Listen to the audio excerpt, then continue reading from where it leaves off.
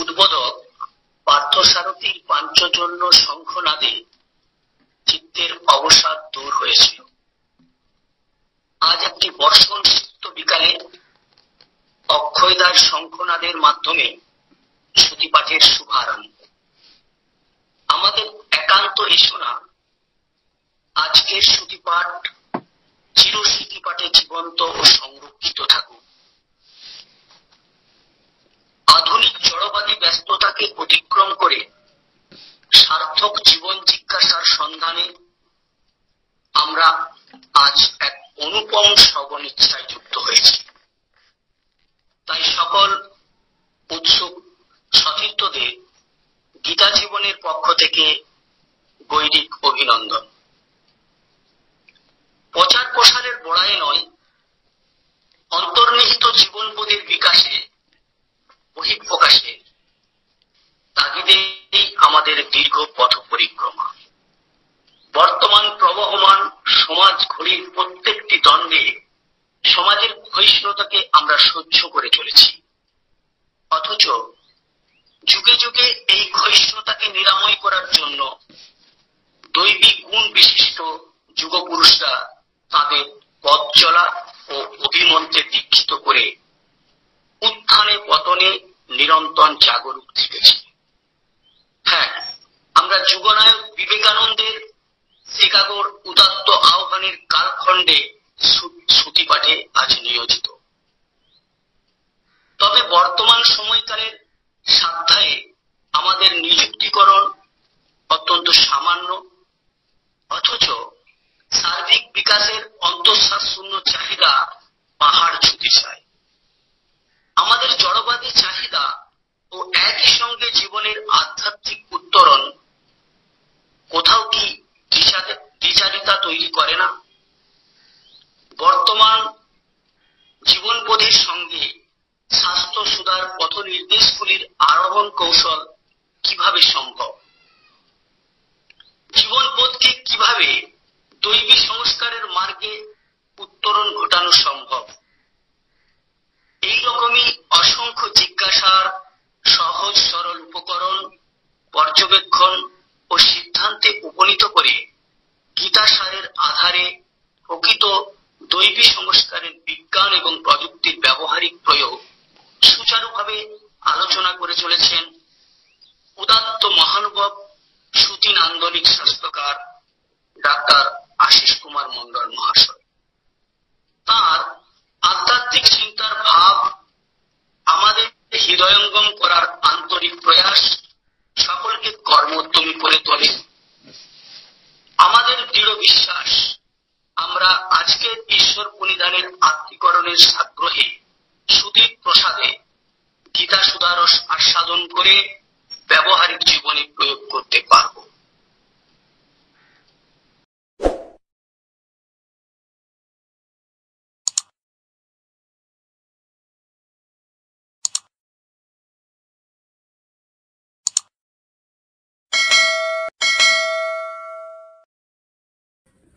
প্রপন্ন পরিজাতায় তত্ত্ববেত্রৈকপানয়ে জ্ঞানমুদ্রায় কৃষ্ণায় গীতামৃত দুহে নমঃ। নবীনমেঘসন্নিভম সুনীলকমলচ্ছবিম সুহাসরঞ্জিতাধরম নমামি কৃষ্ণ সুন্দরম। আজকে গীতা জীবন ক্লাসে উপস্থিত গীতাপ্রেমী সকল ভক্তবৃন্দ, আজকের সঞ্চালক শিক্ষক চন্দন ভূঁইয়া, সঙ্গীত শিল্পী ছন্দা, গীতা পাঠক করবী, শঙ্খনাদ সৃষ্টিকারী অক্ষয় এবং এই গীতা জীবন ক্লাসের যারা সুন্দরভাবে চালিয়ে নিয়ে যাচ্ছেন অর্পণ, কার্তিক, ভাস্কর, বাদল এবং উপস্থিত প্রবুদ্ধ নাগরিকবৃন্দ, আপনাদের সকলকে সশ্রদ্ধ নমস্কার, প্রীতি, শুভেচ্ছা ও আন্তরিক অভিনন্দন জানাই। আমার সঞ্চালক খুব সুন্দরভাবে উপস্থাপন করেছেন। গীতা ঝঙ্কারের মাধ্যমে আবহ তৈরি হয়েছে, আর সুললিত গানের মাধ্যমে স্বামীর যে আহ্বান, তা আমাদের এই ক্লাসকে এক বিশেষ মর্যাদা প্রদান করেছে। যে কালখণ্ডের মধ্যে আমরা আজকে পাঠদান কেন্দ্রে উপস্থিত হয়েছি তা অত্যন্ত মহত্বপূর্ণ। ঝুলন উৎসব অতিবাহিত হলো, রাখি পূর্ণিমা হলো, ভগবান শ্রীকৃষ্ণের শুভ আবির্ভাব তিথি ভাদ্র কৃষ্ণা অষ্টমী, যা জন্মাষ্টমী নামে খ্যাত, তা আমরা উদযাপন করেছি। রাধা অষ্টমী উদযাপন করেছি। শারদীয়া উৎসবের হাওয়া প্রবাহিত হচ্ছে। আর এই বর্তমান মাসটি, সেপ্টেম্বর মাসটি, ভারত আত্মা স্বামী বিবেকানন্দের বিশ্ব বিজয়ের মাস। অর্থাৎ 1893 সালের সেপ্টেম্বর মাসে স্বামী বিবেকানন্দ তার চিকাগো বক্তৃতাবলী বিশ্ববাসীর সামনে উপস্থাপন করেছে। এই যে এতগুলি প্রকরণ একটি জাতির সামনে, এটি হলো এই জাতিটির একটি অনন্য বৈশিষ্ট্য, যে একটি জাতিকে উত্তরণের পথে এগিয়ে দেওয়ার জন্য, তার দৈবিক সংস্কারগুলিকে দৃঢ় করার জন্য ধর্মীয় অনুষ্ঠান, আধ্যাত্মিক অনুষ্ঠান, ব্রত, উপবাস, সংযমের দ্বারা তাকে শৃঙ্খলিত বা আবৃত করার চেষ্টা করেছে। আমাদের মহানুভব ঋষিরা জানতেন যে মানুষের মধ্যে সদ্গুণের বিকাশ করা, মানুষকে সন্মার্গগামী করা অত্যন্ত কঠিন ব্যাপার। তাই মানুষকে সুসংস্কৃত করার জন্য আমাদের এত ধর্মীয় বা আধ্যাত্মিক যজ্ঞ সংস্কৃতির মাধ্যমে সমাজকে উপহার দেয়া হয়। এটি আপনারা দেখতে পারবেন যে কেবলমাত্র হিন্দু সংস্কৃতির ক্ষেত্রেই এই নিরন্তর প্রয়াস চলেছে, এবং এটা অত্যন্ত প্রয়োজনীয়, প্রাসঙ্গিক। কারণ হিন্দু সংস্কৃতি সবসময় প্রয়োগের কথা বলে, প্রযুক্তির কথা বলে, আর স্বামীজিও এটিই চেয়েছিলেন। স্বামীজিও চেয়েছিলেন যে বিশ্ব মানবতার ক্ষেত্রে হিন্দু সংস্কৃতির যে উচ্চ মূল্যবোধ, সেটি বিশ্বের কাছে উদ্ঘোষিত হোক। তাই স্বামীজি 1893 সালের 11 সেপ্টেম্বর এবং 19 সেপ্টেম্বর যে দুটি ভাষণ দিয়েছিলেন, সেই দুটি ভাষণেতেই হিন্দু ধর্মের শ্রেষ্ঠত্ব, হিন্দু ধর্মের সর্বগ্রাহ্য ভাব এবং হিন্দু ধর্মের মৌলিক যে বৈশিষ্ট্যগুলি, সেগুলি তিনি উল্লেখ করেছেন, এবং অত্যন্ত গর্বের সাথে, গম্ভীরতার সাথে বলেছেন যে হিন্দু ধর্ম যেমন আমাদের কাছে প্রয়োজন, হিন্দু জাতির কাছে প্রয়োজন, হিন্দু ধর্ম যেমন আমার, সেরকম হিন্দু ধর্ম আপনাদের প্রত্যেকের। অর্থাৎ এই হিন্দু ধর্ম সকল ধর্মের প্রসূতি স্বরূপ। সেই কারণের জন্য বিভিন্ন ধর্মের মানুষ তাদের ধর্মীয় পথে অগ্রসরের জন্য এখান থেকে মূল্যবান উপাদানগুলি সংগ্রহ করতে পারে। আমি বলিনি ধর্মান্তরিত হতে হবে, কিন্তু হিন্দু ধর্ম সর্বদাই আপনাকে সাহায্য করতে পারে। এবং তুলনামূলক ধর্ম যেখানে তিনি বিশ্লেষণ করেছেন, তিনি সেখানে দেখিয়েছেন যে যদি বিভিন্ন ধর্মের মানুষগুলি হিন্দু ধর্মের আধ্যাত্মিকতা, নৈতিকতা এবং মূল্যবোধগুলি গ্রহণ করতে পারে, তাহলে সে নিজ ধর্মপথে পরম সত্যের অনুসন্ধানে ধাবিত হতে পারে। এই কারণের জন্য বর্তমান প্রযুক্তির যুগেতে স্বামী বিবেকানন্দ ধর্মের যে সংজ্ঞা দিলেন, religion is the manifestation of divinity already in man. মানুষের মধ্যে পূর্ব থেকেই যে দেবত্ব রয়েছে সেই দেবত্বের বিকাশ এবং প্রকাশ সাধন হলো ধর্ম। Religion is the manifestation of divinity in all deeds. Culture and develop your divinity within you and manifest in all deeds. তোমার মধ্যে যে আত্মা আছে, তোমার মধ্যে যে দেবত্ব আছে, সেই দেবত্বকে বিকাশ করে তার প্রয়োগ করতে হবে, সমাজে প্রয়োগ করতে হবে, সমাজে ঝাঁপিয়ে পড়তে হবে, তবে তাকে ধার্মিক বলা হবে। এটা হলো যে ধর্মের একটা অনুপম প্রযুক্তি স্বামীজি আমাদের কাছে তুলে ধরলেন।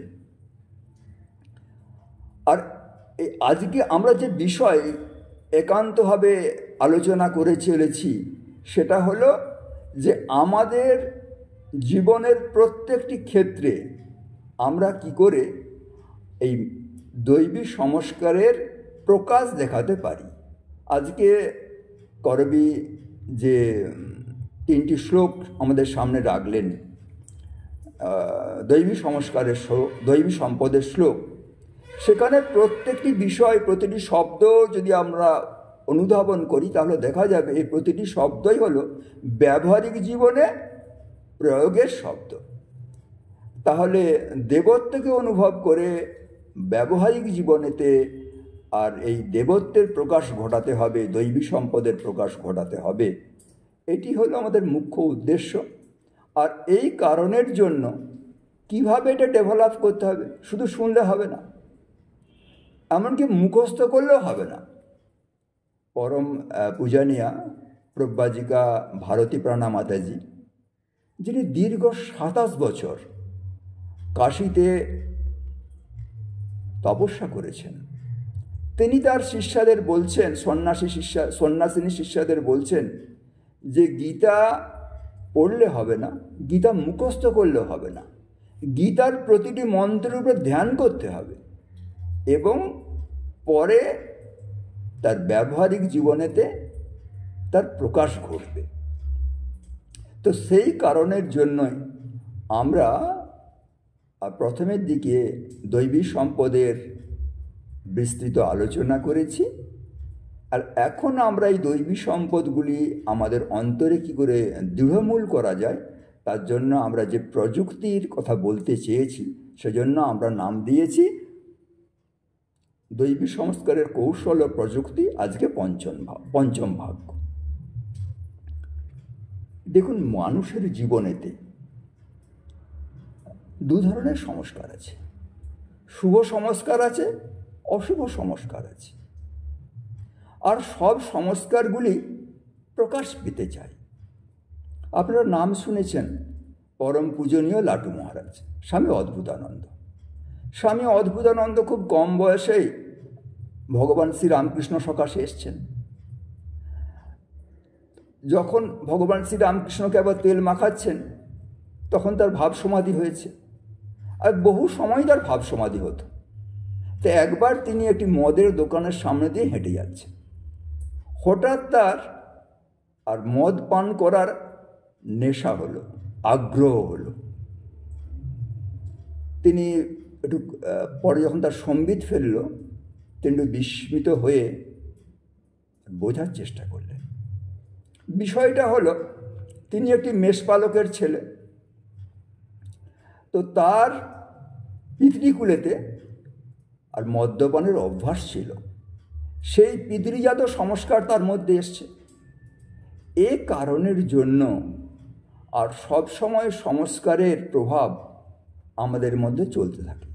ভগবান শ্রীরামকৃষ্ণ অদ্ভুত এক সংস্কারের উদাহরণ দিচ্ছেন, বলছেন যে এক রাজার ছেলে, কোটালের ছেলে, মন্ত্রীর ছেলে, অন্যান্য অমাত্যদের ছেলেদের সাথে খেলাধুলা খেলছেন। খেলার বিষয় কি না, বলছেন যে আমি একটা পাথর হচ্ছি আর তোরা আমার পিঠেতে কাপড় কাচ্ছি। রাজার ছেলে, সে বলছে তোরা আমার পিঠে কাপড় গাছ, মানে পূর্বজন্মে ও ধোপা ছিল, কোনো শুভ সংস্কার মানে পুণ্য কাজের জন্য তার রাজবংশে জন্মগ্রহণ হয়েছে, কিন্তু তার পূর্বের যে সংস্কার, সে সংস্কার সে ভুলতে পারেনি। সেই সংস্কারটি প্রকট হয়ে গেছে। এই কারণের জন্যই নিত্য শুভ সংস্কারে থাকতে হবে এবং অশুভ সংস্কারগুলিকে, ভিন্ন সংস্কারগুলিকে প্রতিহত করে আর শুভ সংস্কার বা দৈবী সংস্কারগুলিকে ডেভেলপ করার চেষ্টা করতে হবে। যোগদর্শনেতে, পতঞ্জলির যোগদর্শনেতে প্রথম যে শ্লোক, যোগ চিত্তবৃত্তি নিরোধ, চিত্তবৃত্তির নিরোধ হলো যোগ। আমি যোগযুক্ত হতে চাই, আমি ব্রহ্ম দর্শন করতে চাই, কিন্তু আমার চিত্ত হ্রদের মধ্যে আমার সংস্কার অনুসারে সবসময় আর ঘূর্ণি প্রবাহগুলি উপর দিকে উঠছে এবং আমাকে সেই অনুসারে পরিচালিত করছে। তো এই শ্লোকটি যখন আর মহর্ষি ব্যাসদেব ভাষ্য রচনা করলেন, পতঞ্জলির ব্যাস ভাষ্য, তিনি বলছেন, আপনারা জানেন সব নদী একদিকে বয়, এমন কোনো নদী আছে যেখানে সে দুদিকে বয়? হ্যাঁ, জোয়ারের সময়তে সমুদ্র থেকে বিপরীতমুখে নদী বয়, বাকি সব সময় সমুদ্র অভিমুখে যায়। কিন্তু তা নয়, সব সময় একটি নদী আছে যে উভয়মুখী, সেই নদীটির নাম হলো চিত্ত নদী। তাই তিনি বলছেন যে চিত্ত নদী বহতি উভয়া, চিত্ত নদী দুই দিকে প্রবাহিত হচ্ছে, বহতি কল্যাণায় বহতি পাপায়, পাপের পথে প্রবাহিত হয় আবার কল্যাণের পথে প্রবাহিত হয়।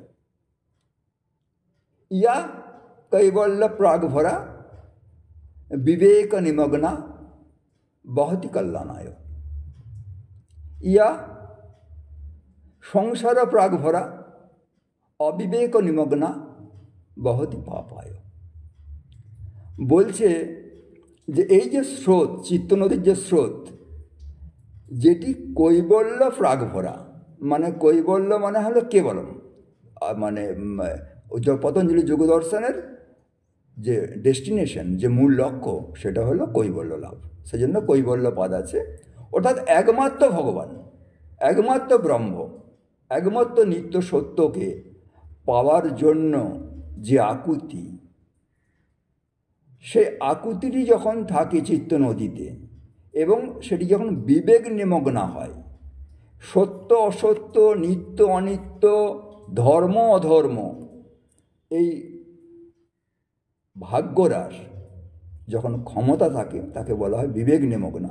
তাহলে যখন চিত্তের স্রোতেতে ভগবান লাভ, ব্রহ্ম দর্শন এবং তদ নিরিখে বিবেক কাজ করে, তখন সেই প্রবাহটি হলো কল্যাণের পথে।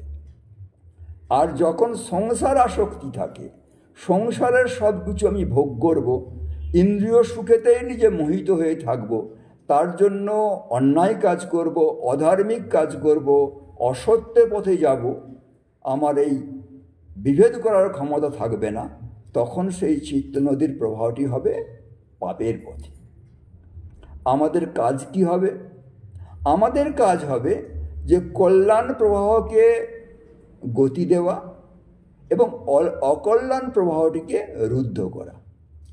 তো ব্যাস ওখানেতে আবার ভাষ্য করছেন যে কল্যাণ প্রবাহটা কি করে গতি পাবে না, তার আগেই বলছেন যে কি করে অকল্যাণ পথ মানে পাপের প্রবাহটা কি করে রুদ্ধ হবে না, সেটা হলো বৈরাগ্যের দ্বারা রুদ্ধ হবে। আর কল্যাণের প্রবাহটা কি করে জাগ্রত হবে, গতি পাবে না, সেটা হচ্ছে বিবেক দর্শন অভ্যাসের দ্বারা হবে, বিবেকের দ্বারা, বিচারের দ্বারা হবে, বিবেক এবং বৈরাগ্য। আর যখন এটা হবে, প্রথমেতে কি হবে, একবাহিতা মানে কল্যাণ বাহিতা হবে। তারপরে যখন আমরা যোগে যুক্ত হব, সমাধি হবে, তখন সেটি হবে প্রশান্ত বাহিতা। তখন সে নদীটি যে প্রবাহিত হচ্ছে এটা বুঝতেই পারা যাবে না। সমত্তমে যোগ উচ্চতে, একদম নির্বিকল্প সমাধান চলতে থাকবে। তাহলে এই যে শুভ সংস্কার, তার অন্তিম লক্ষ্য হলো প্রশান্ত বাহিতা যোগযুক্ত হওয়া। আর স্বামীজি যে ডেফিনেশনটি দিয়েছেন যে cultivate and culture your divinity within you and manifest it. তাহলে আমাদের ভিতরেতে যে দেবত্ব আছে, যে ভগবান আছে, যে ঈশ্বর আছে, তাকে ধরতে হবে। ধরলেই তবে তার যে প্রকাশ, তার সর্বোত্তম যে প্রকাশ, সেইগুলি হলো দৈবী সম্পদ। অর্থাৎ দৈবী সম্পদের আকর খনি হলেন ভগবান স্বয়ং। সেই জন্য ভগবানকে আমরা এ পর্যন্ত অনেক চেষ্টার কথা বলেছি, আমরা সাধ্যায় বলেছি, তপস্যা বলেছি, আর এখন গতকাল বাদ থেকে আমরা শুরু করেছি ঈশ্বর প্রণিধান। আমরা চেষ্টা করেও মানে সফল হতে পারছি না।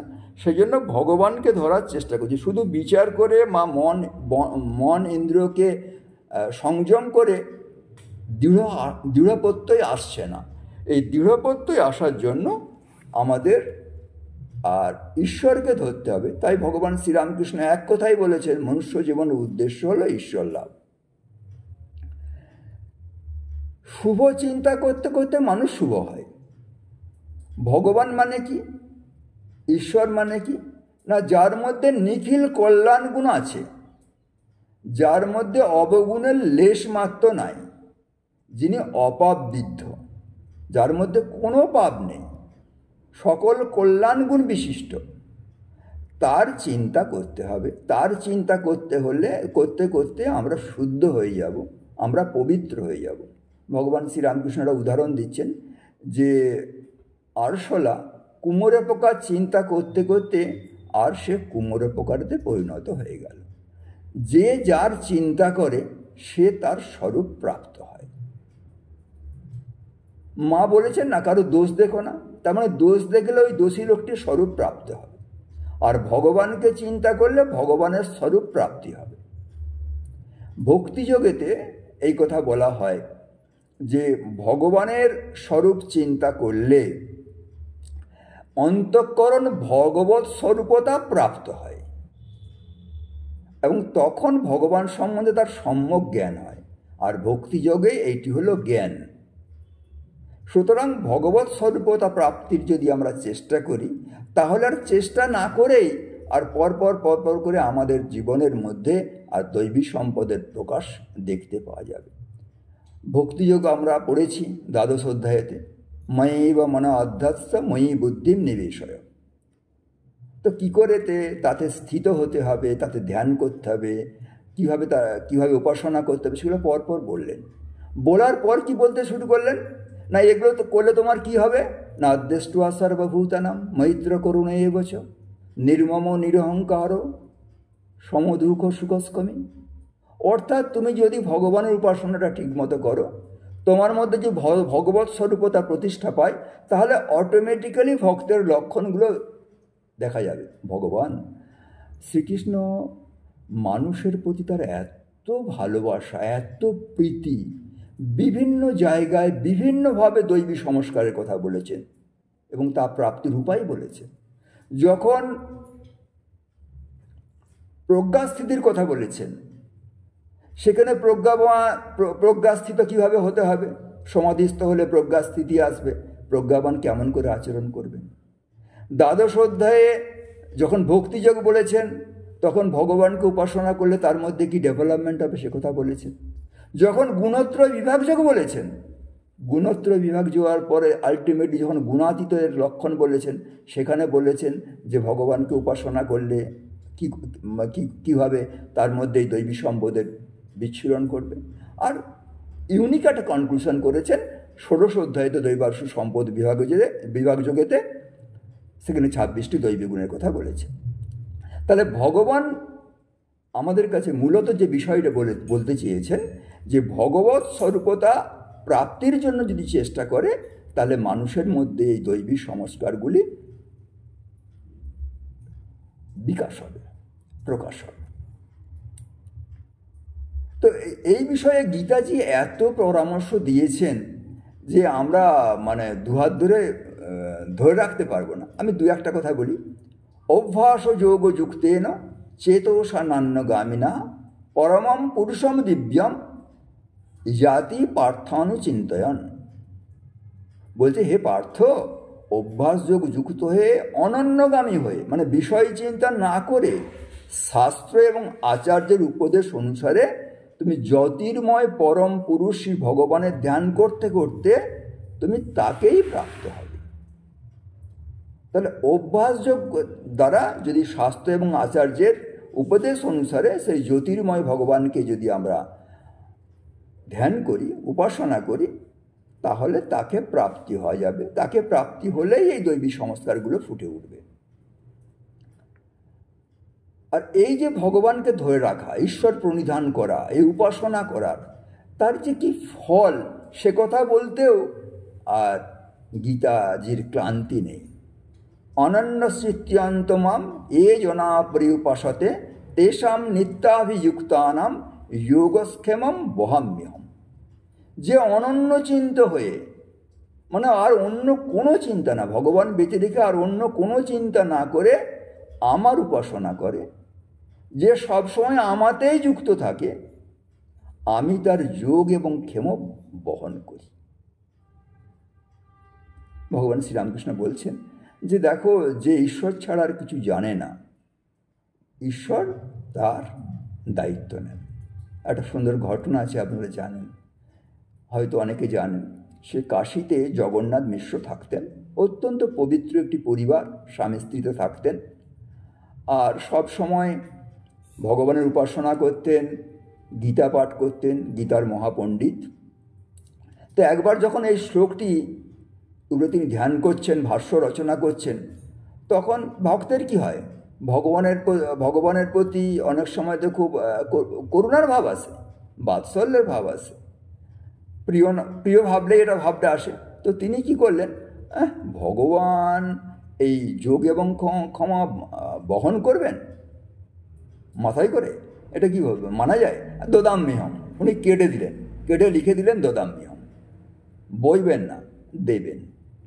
বলে জগন্নাথ মিশ্র সেদিন আর ভাতে ঘরে কিছু নেই, খুব গরিব মানুষ, তিনি কাশীতে গঙ্গা স্নান করতে চলে গেছেন, পূজা তর্পণ করে ফিরে আসবেন, তারপরে যা জুটবে তাই খাবেন।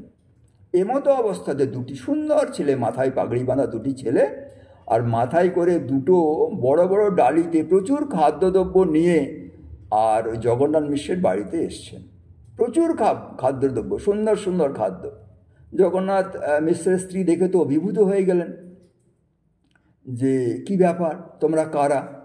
না, আমরা তোমাদের ঘরে তাই খাবার নিয়ে তোমাদের জন্য খাবার নিয়ে এসেছি, পণ্ডিত মশাই পাঠিয়ে দিলেন। উনি তো খুব খুশি হয়েছেন। তারপরে দেখছে যে ওই ছেলে দুটির বুকেতে আর রক্ত ঝরছে। বলছে যে তোমাদের বুকে রক্ত ঝরছে কেন, কে তোমাদের মেরেছে? তখন বলছেন পণ্ডিত মশাই। তখন তো ওনার খুব খারাপ লেগেছে যে পণ্ডিত মশাই এত সুন্দর সৎ মানুষ, তিনি এরকম ধরনের বাচ্চাদেরকে আঘাত করেছে যারা এই খাবার নিয়ে আসছিল। তো পণ্ডিত মশাই এসছেন। পণ্ডিত মশাই আসতেই আর সঙ্গে সঙ্গে তাকে বলেছেন, বলছি তুমি বলো কি, তুমি জানো ওরা কারা এসছিল? ওরা তো কৃষ্ণ বলরাম এসছিল। সঙ্গে সঙ্গে উনি গীতাটা খুলে দেখছেন যে ওই জায়গাটা কেমন লাল দাগ হয়ে আছে। অর্থাৎ ভগবানকে যদি কেউ উপাসনা করে, ভগবান তাকে কত দেন, শুধু দৈবী সংস্কার চাচ্ছেন, আরও কত দেন। গীতগোবিন্দকার জয়দেব গীতগোবিন্দ রচনা করছেন, ওনারও ওরকম একটা ভাব এসছে যে যখন রাধা রানীর বন্দনা করা হচ্ছে, তো সেখানেতে একটা শ্লোক উনি লিখতে পাচ্ছেন না যে ভগবান ভক্তের জন্য কত ছোট হয়, আর রাধারানীর পাদবন্দনা করবেন তার মানভঞ্জনের জন্য, উনি লিখতে পাচ্ছেন না। উনি স্নান করতে চলে গেছেন, এসে খাবেন, খুব চিন্তার মধ্যে আছেন। তো কিছুক্ষণ পরেই দেখছেন গীতগোবিন্দের স্ত্রী যে তাড়াতাড়ি ফিরে এসছে। বলছে, কী গো, তুমি এত তাড়াতাড়ি ফিরে এলে স্নান করে? বলছে, না না, খুব খিদে পেয়েছে, খেতে দাও, তুমি খাবার বাড়ো, আমি দেখি। করে ও খাবার বাড়ছে। উনি যে লিখছিলেন গীতগোবিন্দ, সেখানে তো উনি লিখতে বসলেন। তো বাস লিখে খাবার দাবার খেয়ে উনি চলে গেছেন। তার একটু পরেই দেখা গেল যে আসল যে জয়দেব, গীতগোবিন্দ যিনি রচনা করেছেন, জয়দেব, তিনি ফিরছেন স্নান করে। এসে দেখছেন তার স্ত্রী খেতে বসে গেছে, খাচ্ছে। বলে, আরে তুমি তো আমাকে না খাইয়ে কখনো খাও না, তুমি খেতে বসে গেলে? বলে, কি বলো, তুমি তো এইমাত্র খেলে। বলছে, কী হয়েছে ঘটনাটা খুলে বলো তো। না, আমি তো দেখলাম তুমি এইমাত্র খেয়ে গীতগোবিন্দ লিখতে বসলে, আর এখন তুমি এরকম আমাকে এসে বলছো। তখন আর দেবের খুব অবাক লাগলো। তিনি গীতগোবিন্দ খুলে দেখছেন যে সেখানে লেখা আছে দেহি পদপল্লবং ধারণম। মানে এই যে ভগবানকে উপাসনা করলে ভগবান যে কত কিছু দেন, সব দেন, শুধু এটা করতে হবে, করলেই আমরা এই কাজটা হবে। ভগবান আরও বলছেন যে তেষাম সতত যুক্তানাম ভজতাম প্রীতিপূর্বকম দদামি বুদ্ধি যোগম তম এন মামু উপজান্তিতে। বলছে যে সব সময় আমাদের যুক্ত হয়ে প্রীতিপূর্বক আমার ভজনা করে, প্রীতিপূর্বক আমার ভজনা করে, তাকে আমি বুদ্ধিযোগ দিই। তাকে আমি এমন বুদ্ধি দিই যে সে বুঝতে পারে কোনটা ভগবান নয়, কোনটা সৎ কোনটা অসৎ, কোনটা মিথ্যা কোনটা সত্য। এই যে ডিসক্রিমিনেট করার ক্ষমতা, বিশ্লেষণ করার ক্ষমতা, বিচার করার ক্ষমতা, এটি হলো বুদ্ধিযোগ। আর এই বুদ্ধিযোগ পেলেই মানুষ ভগবান লাভ করতে পারে। ভগবান আরও বলছেন সর্বধর্মান পরিত্যাজ্য মামেকম শরণম ভজ অহম ত্বম সর্বপাপেভ্যঃ মোক্ষয়িষ্যামি মা শুচি। তুমি সব আমাকে দিয়ে দাও, আমি তোমার পুরো দায়িত্ব নিয়ে নেব। তাহলে ভগবান সব সময় আগ্রহ প্রকাশ করেছেন। গীতাজি, শ্রীকৃষ্ণ গীতাজির মুখে বলেছেন যে এতগুলো ভগবান তার জন্য চেষ্টা করছেন, তো সেই দিকে আমাদের আগাতে হবে। তো সেই জন্য ভগবান শ্রীরামকৃষ্ণ বলেছেন যে মানুষ যদি এক পা আগায়, ভগবান 4 পা গিয়ে আসবে। আর যখন আমরা ভগবানকে ভালোবাসবো, ভগবানকে ভালোবাসতে শুরু করলেও ভগবানও আমাদেরকে ভালোবাসতে শুরু করবেন। এ সমস্ত ভক্তদের প্রত্যক্ষ অভিজ্ঞতা আছে। সেই জন্য ভগবান আমাদের কাছে আবেদন রেখেছেন যে অনিত্যম অসুখম লোকম ইমম প্রাপ্য ভজস্বমাম। অনিত্যম অসুখম লোকম ইমম প্রাপ্য ভজস্বমাম। বলছে এই যে সংসারের মধ্যে, অনিত্য সংসারের মধ্যে আছো, সবসময় সুখ দুঃখ নানান টেনশন তো রয়েছে, তো এর মধ্যে তুমি ডুবে না থেকে তুমি আমার ভজনা করো, শুদ্ধ স্বরূপের নিত্য স্বরূপের ভজনা করো। আর তুমি যে কাজ, তুমি হয়তো ভাবছো আমি সংসারে তো আমার প্রচুর কাজ, কখন ভজনা করবো। আচ্ছা, কাজের মধ্যে আমাকে ভজনা করো। ইয়ৎ করোষি ইয়ৎ স্নাসি যজ্জুহসি দদাসি ইয়ৎ তপস্যসি কৌন্তেয় তৎকুরুষ্য মদর্পণম। তুমি যা করছো, হোম করো, যজ্ঞ করো, যা করবে সব ছেলের জন্য জামা কাপড় কেনো, আমি গোপাল ভেবে করো। সব বিষয়তে আমার ঈশ্বর পরিধানটা রাখো, আমার চিন্তাটা রাখো, এটা তোমায় করতে হবে। কবি গান গেয়েছেন না, শয়নে প্রণাম জ্ঞান নিদ্রাই করো মাকে ধ্যান আহার করো মনে করো আহুতি দিই শ্যামাময়।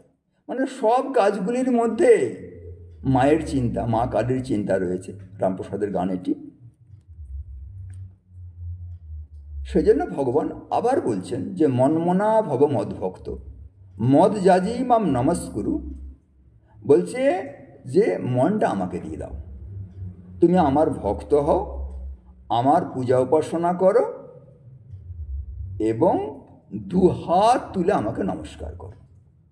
তাহলে তোমার কোনো অভাব হবে না।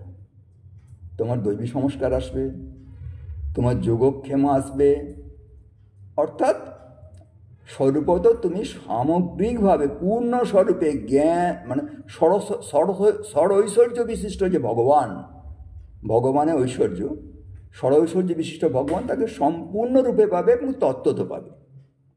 কিন্তু হাই পোড়া কপাল, আমাদের তো ভগবানের মনে হয় না। সংসারে লিপ্ত থাকতে থাকতে সংসারে আস্বাদন করতেই আমরা বেশি ভালোবাসি। তাই আমাদের হয়ে মাস্টারমশাই ভগবান শ্রীরামকৃষ্ণকে মূল 4টি প্রশ্ন করেছিলেন আমাদের সংসারী লোকেদের জন্য। সংসারী শুধু নয়, সংসার যার মনের মধ্যে আছে সে গেরুয়া পরলেও সংসারী, আর সাদা কাপড় পরলেও সংসারী। যে ইন্দ্রিয়গ্রাহ্য বিষয়বস্তুতে লিপ্ত হয়ে থাকে তিনিই সংসার। তিনি 4টি আমাদের প্রশ্ন করেছিলেন। তো গতবারে আমরা শেষ করেছিলাম আমাদের পাঠদান কেন্দ্রে একটি প্রশ্ন দিয়ে। সেই প্রশ্নটি হলো কি, যে মাস্টারমশাই বলছেন যে ঈশ্বরে কি করে মন হয়। বুঝতে তো পারলাম যে ঈশ্বর ছাড়া গতি নাই, মনুষ্য জীবনের উদ্দেশ্য ঈশ্বর লাভ। সব কিছু পেতে হলে ঈশ্বরকে ধরেই পেতে হবে। এইটি হলো ভারতবর্ষের সংস্কৃতি, এইটি হলো ভারতবর্ষের ধর্ম, এটি হলো ভারতবর্ষের আধ্যাত্মিকতা। স্বামীজি বলছেন ভারতবর্ষ মানে হলো কি না, ভারতবর্ষ হলো বিবর্তনের বিজ্ঞান। ভারতবর্ষ একটি সাধারণ মানুষকে ব্রহ্মে বিবর্তিত করতে পারে। কিন্তু ব্রহ্মকে ধরা, ঈশ্বরকে ধরা, ভগবানকে ধরতে তো ইচ্ছে হয় না, মন তো হয় না। সেই জন্য মাস্টারমশাই আমাদের হয়ে প্রশ্ন জিজ্ঞাসা করছেন ভগবান শ্রীরামকৃষ্ণকে যে ঈশ্বরে কি করে মন হয়। তারপরে বলছেন সংসারে কেমন করে থাকতে হবে, ঈশ্বরকে দর্শন করা যায়, কি অবস্থাতে করা যায়। তো গতবার আমরা ওই প্রশ্নটা আপনাদের সামনে রেখেই আমি বিরতি নিয়েছিলাম যে ঈশ্বরে কি করে মন হয়। ভগবান শ্রীরাম মানে অত্যন্ত বিনম্র চিত্তে প্রতি প্রশ্ন করছেন মাস্টারমশাই শ্রীম মহেন্দ্রনাথ গুপ্ত, যিনি সেই সময়কার খুব স্কলার, পড়াশোনাতে ভীষণ ভালো,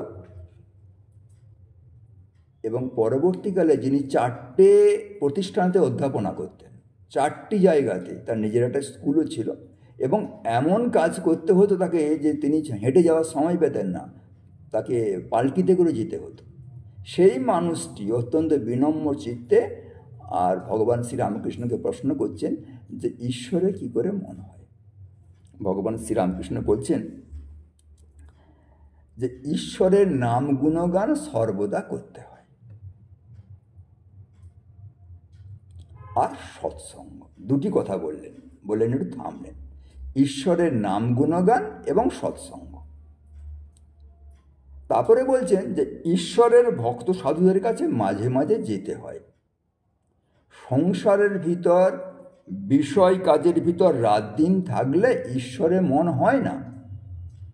মাঝে মাঝে নির্জনে গিয়ে তার চিন্তা করা খুব দরকার, আর সৎ অসৎ বিচারটা করতে হয়, তবে অনিত্য বস্তু থেকে মন চলে যায়। তাহলে 2টি কথা ঠাকুর বললেন। একটি হলো ঈশ্বরের মূল 2টি কথা, ঈশ্বরের নাম গুণগান করতে হবে আর সৎসঙ্গ বা সাধুসঙ্গ করতে হবে। ঈশ্বরের নাম গুণগান মানে হলো জপ ধ্যান, কীর্তন, স্তোত্রপাঠ, ভগবানের লীলা চিন্তন, যেমন ভাগবতেতে, চৈতন্য চরিতামৃতেতে, পুরাণেতে, বিভিন্ন জায়গাতে ভগবানের যে শ্রীরামকৃষ্ণ কথামৃতেতে, শ্রী শ্রী মায়ের কথাতে যে ভগবানের যে লীলা কীর্তন করা আছে সেই লীলা চিন্তন। তারপরে তার তত্ত্বচিন্তন, তিনি স্বরূপত কে এখানে এসেছিলেন, কিভাবে এসেছিলেন। যেমন ভগবান শ্রীরামকৃষ্ণ বলছেন যে যিনি রাম তিনিই কৃষ্ণ, ইদানিং এই দেহে তিনি রামকৃষ্ণ। তাহলে যে তত্ত্ব রামরূপে অবতীর্ণ হয়েছিলেন, যে তত্ত্ব কৃষ্ণরূপে অবতীর্ণ হয়েছিলেন, সেই তত্ত্বই শ্রীরামকৃষ্ণ রূপে অবতীর্ণ হয়েছে। এর মধ্যে মা ছাড়া কিছু নেই।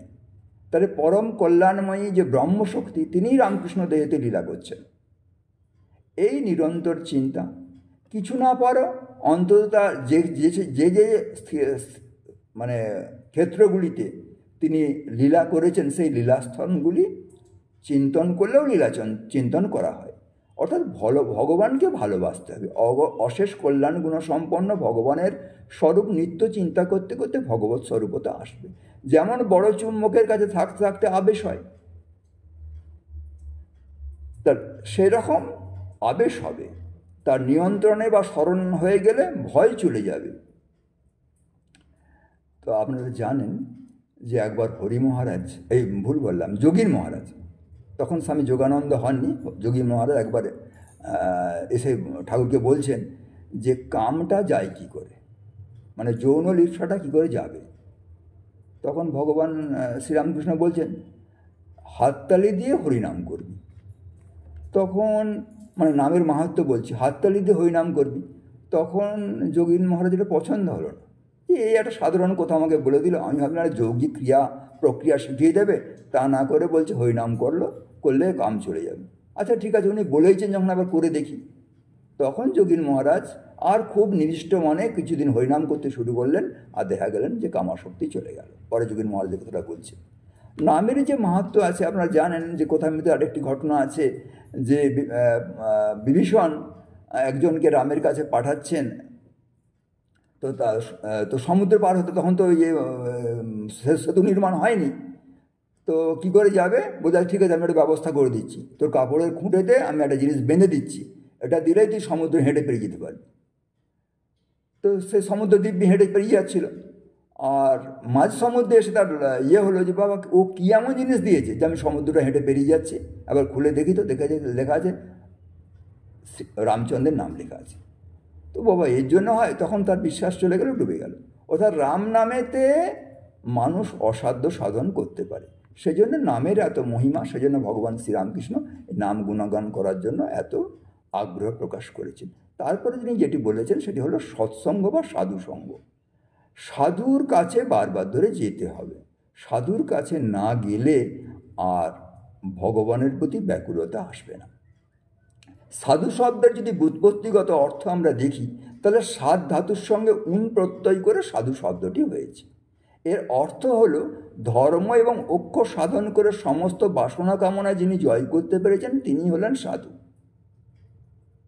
সম্যক বৃত্ত ভগবত ভক্ত এবং সৎসংকল্প পুরুষই হলো সাধু।